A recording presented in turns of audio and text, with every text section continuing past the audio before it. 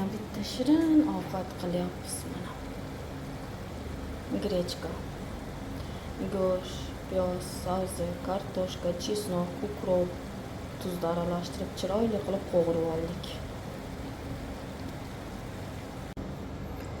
Mana. Qovurib, suvini qo'yib, pishirib, o'sha grechkani ham solib qo'ydik.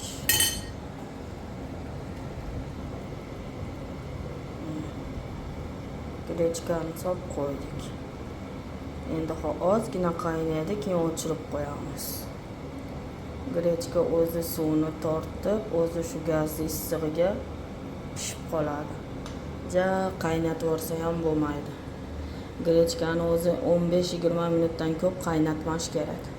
Chunki unda ovqat shirin bo'lmaydi unchalik.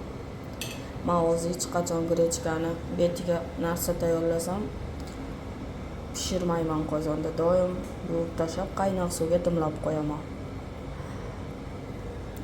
Qozonga solib pishirsam ham 15-20 minutdan ko'p qaynatmayman.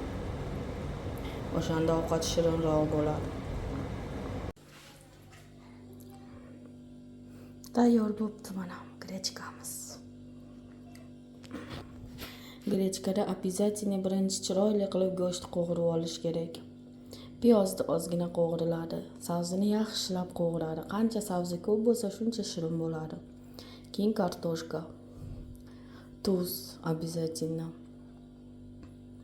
Ukropingiz bo'lsa, ukrop, tomat solinib, hammasini bitta qilib yaxshilab qovurib, bir china suv quyib, dimlab qo'yiladi.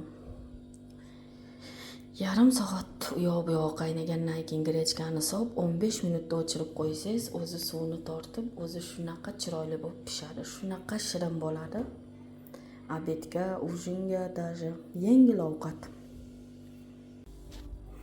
Tayyor bo'ldi mana grechkamiz. Ikkita suyagimiz bor edi, uni ham sovordim.